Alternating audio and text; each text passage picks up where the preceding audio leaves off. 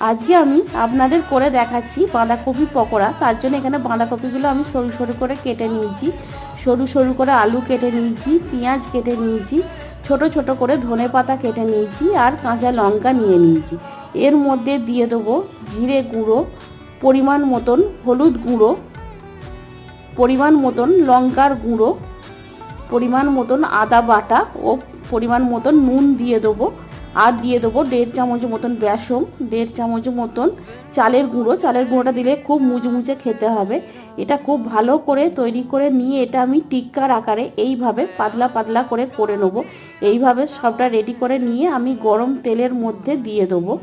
দিয়ে আমি দু পিঠটা খুব লাল লাল করে ভেজে নেব।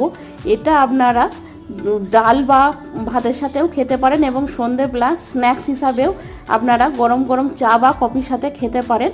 আপনাদের এটা খুব ভালো লাগবে।